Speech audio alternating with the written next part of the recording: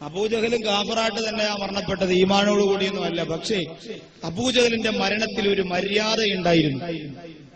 എന്തു മര്യാദയാ? അബൂജഹൽ എന്തുകൊണ്ട് മുസ്ലിമായില്ല എന്ന ഒറ്റ ചോദ്യമേ, ആ ചോദ്യത്തിനൊറ്റ ഉത്തരമേ ഉള്ളൂ, അസൂയ കൊണ്ടാണ്. മുഹമ്മദ് നബി സല്ലല്ലാഹു അലൈഹി വസല്ലമ തങ്ങളോടുള്ള വെറുപ്പ് കൊണ്ടല്ല. എന്തെങ്കിലും വെറുപ്പ് അബൂജഹലിന് പ്രവാചകനോടുണ്ടെങ്കിൽ ആ വെറുപ്പ് എന്തിന്റെ പേരിലാ?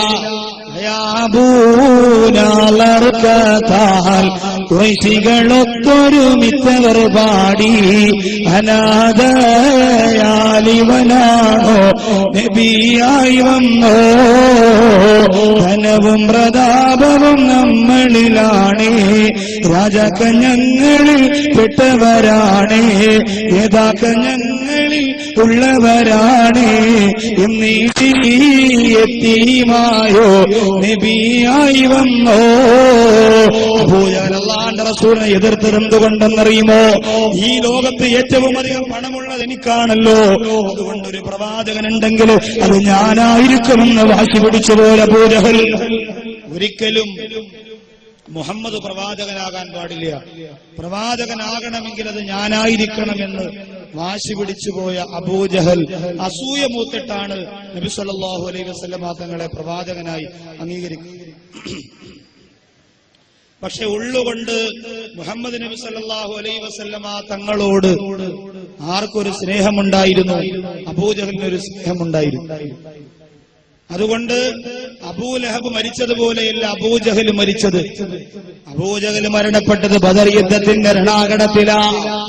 ഇസ്ലാമിന്റെ ശത്രുവാർ അബൂജഹലിന്റെ തലയെടുക്കാൻ പ്രവാചകനെ തെരുവിളിച്ച് അബൂജഹലിന്റെ തലയെടുക്കാൻ മുആദ് എന്ന പേരുള്ള മുഅബ്ബിദ് എന്ന പേരുള്ള രണ്ട് ഇസ്ലാമിന്റെ ഗുണക്കുട്ടന്മാര്, ആ രണ്ട് ഗുണക്കുട്ടന്മാർ ഉരുപ്പിടിച്ച വാളും കയ്യിൽ വെച്ചുകൊണ്ട് അബൂജഹലിന്റെ മുമ്പ് വന്നിട്ട് പറഞ്ഞു, നീയല്ലേ നമ്മുടെ പ്രവാചകനെ തെരുവിളിച്ചത്, അതുകൊണ്ട് നിന്റെ തല ഞാൻ വെട്ടുമെന്ന് പറഞ്ഞുകൊണ്ട് മുആദും മുഅബ്ബിദും എന്ന് പറയുന്ന രണ്ട് മക്കളും മത്സരിച്ചപ്പോ എന്റെ പ്രിയമുള്ളവരെ അബൂജഹൽ പറഞ്ഞു കൊടുത്തരെന്തെന്നറിയോ?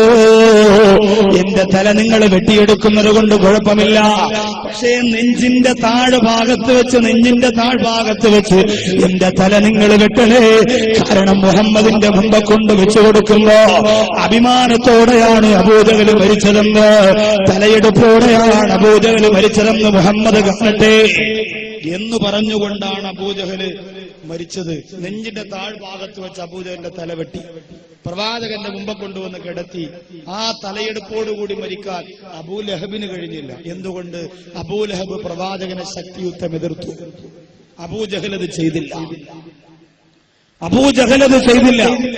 അതുകൊണ്ട് അബൂജഹൽ എതിർത്തത് ഉള്ളിന്റെ ഉള്ളിലുള്ള അസൂയ കൊണ്ടാണ്, ഒരല്പ സ്നേഹം പ്രവാചകനോടുള്ളത് കൊണ്ട്. അബൂജഹലിന് അബൂലഹബിന്റെ പോലെ ദാരുണമായ അന്ത്യം അല്ലാഹു കൊടുക്കില്ല.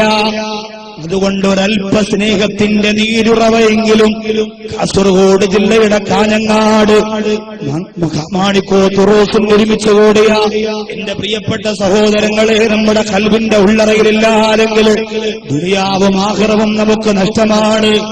അപ്പൊ നിങ്ങൾ പറയും, ഉസ്താദേ, പ്രവാചകനെ എതിർത്തുകൊണ്ട് ജീവിക്കുന്നവർക്കൊന്നും ഒരു പ്രശ്നമില്ലല്ലോ, പ്രവാചകൻ സാധാരണ മനുഷ്യനാണ്, പ്രവാചകന്റെ ഇസ്രാ മിറാജ് സ്വപ്നമാണ്, പ്രവാചകൻ നമ്മളെ പോലെയുള്ള ആളാ എന്നൊക്കെ പറഞ്ഞുകൊണ്ട് നടക്കുന്ന ആളിന് ഒരു പ്രശ്നവും ഇല്ലല്ലോ സാറേ. ആകെ സ്വലാത്ത് ചൊല്ലിക്കൊണ്ടിരിക്കുന്ന നമ്മൾ വീട്ടിൽ ചെല്ലുമ്പോ പെണ്ണുമുള്ളക്ക് നടുവേദന, സ്വലാത്ത് ചൊല്ലിക്കൊണ്ടിരിക്കുന്ന നമ്മൾ വീട്ടിൽ ചെല്ലുമ്പോ കുഞ്ഞിന് ആകെ പനി പിടിച്ച് കിടക്കുന്നു, സ്വലാത്ത് ചൊല്ലിക്കൊണ്ടിരിക്കുന്ന നമ്മൾ കട നടത്തുമ്പോ കച്ചവടമില്ല, സ്വലാത്ത് ചൊല്ലിക്കൊണ്ടിരിക്കുന്ന ഞങ്ങൾക്ക് എന്നും കുന്ന കടവും ബഹളവും ലഹളയുമാണ്. സ്വലാത്ത് എതിർക്കുന്ന, മൗലിദിനെ എതിർക്കുന്ന, പ്രവാചകനെ ധിക്കരിക്കുന്ന, പ്രവാചകനെ കുറ്റപ്പറയുന്ന, മദീനയിൽ സിയാറത്തിന് പോകുന്ന ഒരു ശിർക്കാണെന്ന് പറയുന്ന ആബാലികന്മാർക്ക് ദുനിയാവിലൊരു പ്രശ്നം ഉണ്ടാവുന്നില്ല. അവര് നീളമുള്ള പാന്റും ടൈയൊക്കെ കെട്ടി അടിപൊളിയായി വലിയ നീളമുള്ള മൊബൈലൊക്കെ ചെവിയിൽ വെച്ച് എപ്പോഴും ഇങ്ങനെ ഭയങ്കര AC കാറിലൊക്കെ ഇങ്ങനെ സഞ്ചരിക്കുന്നു, പള്ളിയേക്കാൾ വലിയ വലിയ കൊട്ടാരമൊക്കെ വെക്കുന്നു.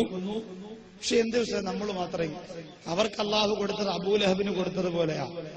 ഖുർആൻ ശപിച്ചിട്ട് അബൂലഹബിന് 10 വർഷത്തോളം ഒരു തകരാറും ഉണ്ടായില്ല. എന്നിട്ട് അള്ളാഹു ഒരു കൊടുപ്പ് അങ്ങോട്ട് കൊടുത്തു. അതങ്ങ് കൊടുത്തപ്പോ സുബ്ഹാനല്ലാഹ് എല്ലാം കൂടി ഒരുമിച്ചാ കിട്ടിയത്.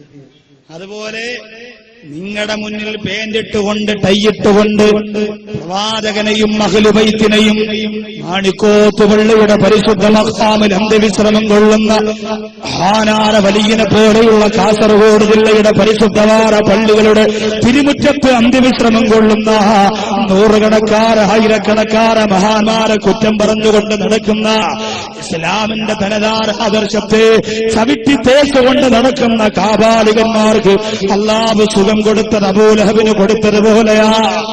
അവസാനം പണി കൊടുക്കുമ്പോ എല്ലാം കൂടി ഒരുമിച്ചങ്ങ് കൊടുക്കും. അപ്പോ നിങ്ങൾക്ക് സമാധാനം. അന്നേ പറഞ്ഞില്ലേ, മരിച്ചു കിടന്ന കണ്ട ഒരു നായയുടെ മുഖം പോലെ കറുത്ത് കരിവാളിച്ച്. ഇവൻ ഇത്രയും കാലം പ്രവാചകനെ ചീത്ത വിളിച്ചത് കൊണ്ട്, പ്രവാചകനെ കുറ്റപ്പെടുത്തിയത് കൊണ്ട്, പ്രവാചകനെ ആക്ഷേപിച്ചതുകൊണ്ട് അവൻ കിടക്കുന്ന കണ്ടോ എന്ന് എനിക്കും നിങ്ങൾക്കും പറയാൻ സാധിക്കും. അള്ളാഹു അവർക്ക് ഹിദായത്ത് കൊടുക്കട്ടെ എന്ന് നമുക്ക് ദുആ ചെയ്യാം. അള്ളാഹുവിന്റെ റസൂലിനെ ആദ്യം സ്നേഹിച്ചതാരാ? അള്ളാഹുവിന്റെ റസൂലിനെ ആദ്യം സ്നേഹിച്ചതാരാ? പറയാൻ കഴിയുമോ ആർക്കെങ്കിലും? അള്ളാഹുവിന്റെ റസൂലിനെ ആദ്യം സ്നേഹിച്ചതാരാ? മാമരുഭൂമിയും മരതകക്കാടും തീർത്തവനേ തമ്പുരാനെ, മലരും മലര് മണവും മധു തീർത്തവനേ ആദൽ ജലാല്. അല്ലാഹു ലാ ഇലാഹ ഇല്ലാഹു അൽ ഹയ്യുൽ ഖയ്യൂം. ലോകത്താദ്യമായി അള്ളാന്റെ റസൂലിനെ സ്നേഹിച്ചതാരാ? അള്ളാന്റെ റസൂലിനെ ആദ്യമായി സ്നേഹിച്ചതാരാ? അള്ളാഹു പടച്ചതമ്പുരാനാണ്. പ്രിയപ്പെട്ടവരെ, അള്ളാഹു തന്നെയാണ്. ലോകത്താദ്യമായി അള്ളാന്റെ റസൂലിനെ ഏറ്റവും അധികം സ്നേഹിച്ചത് അള്ളാഹു തന്നെയാണ്. പരിശുദ്ധ ഖുർആൻ പറയുന്നതെന്താ? വറഫഅനാ ലക ദിക്റക നബിയേ, അങ്ങയുടെ നാമം നാം ഉയർത്തിയിരിക്കുന്നു റസൂലേ, അങ്ങയുടെ നാമം നാം ഉയർത്തിയിരിക്കുന്നു എന്ന് പറഞ്ഞാൽ എല്ലാ സ്ഥലത്തും അള്ളാന്റെ റസൂലിന്റെ പേരിങ്ങനെ പറഞ്ഞുകൊണ്ടിരിക്കുന്നു. അശ്ഹദു അന്ന മുഹമ്മദ് റസൂലുള്ളാഹ് സ്വല്ലല്ലാഹു അലൈഹി വസല്ലം. ഒരു സ്ഥലത്ത് ബാങ്ക് വിളിച്ച് തീരുമ്പോ അടുത്ത സ്ഥലത്ത് ബാങ്ക് വിളിക്കുന്നു.